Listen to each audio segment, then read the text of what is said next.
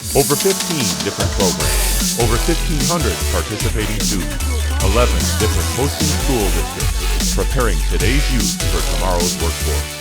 The Charlevoix-Emmet Intermediate School District Career and Technical Education Programs take you inside Char-Em CTE in 90 seconds. Every year, the use and integration of unmanned vehicles becomes more prevalent in our lives. Drones started out as a tool exclusively in the military's domain and have rapidly become part of civilian life. From entertainment to surveying, from delivery services to emergency response, from real estate to utility inspections, drones are everywhere, and that demand is only going to continue to take off. Look at this shot here from these drones. Oh, that's cool, isn't it? This is again from our drone program. Look at this, above the lights.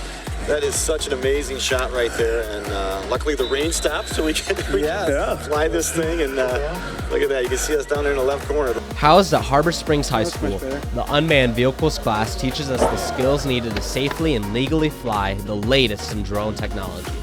We build and maintain our own fleet and can become certified as FAA and Unmanned Safety Institute drone pilots.